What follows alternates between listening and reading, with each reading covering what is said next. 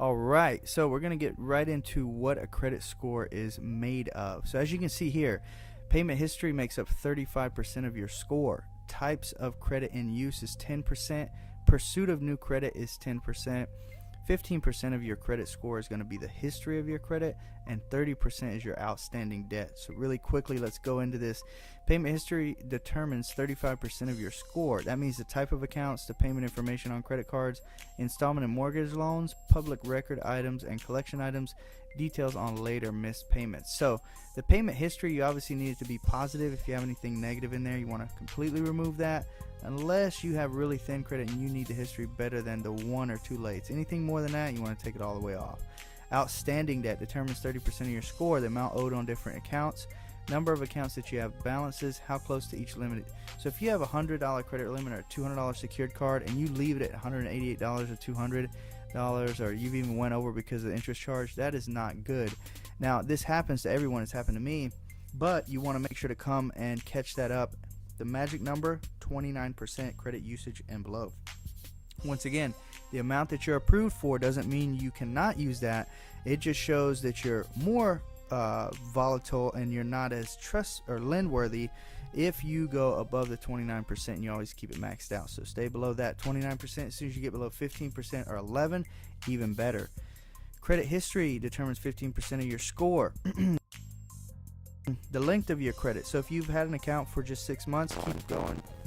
As soon as you get over that 2-year marker, that's a big hurdle or milestone with credit. That helps a lot. The older your accounts, the better, and you can do trade lines. Ask me about that, send me an email, go to the website, or just kind of buy the package and I'll help coach you and just give you some advice. There are some other videos on trade lines from me that'll be coming soon. Frequency of use of each account, definitely don't pay them down to 0 and leave them there. You want to have a small balance. Like I said, anything from 1% to 29% is okay, and then below 15% and below 11% is phenomenal. And that's only 15% of what makes up your credit score.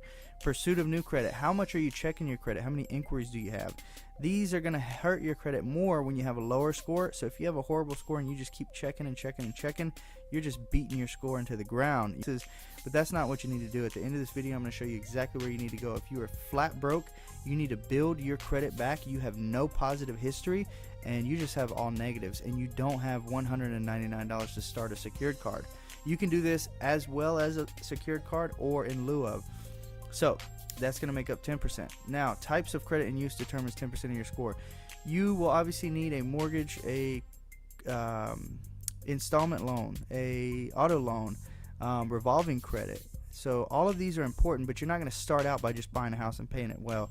You're going to have to start with something small, like the thing I showed you at the end of this video, or a credit card that's prepaid. That means you put your own money into it to see if you're responsible with your own money. You use it just like a credit card whenever you're done with it, or you know, you can transfer that into a newer card or a larger card. Now, let's move over. Let's cut this down.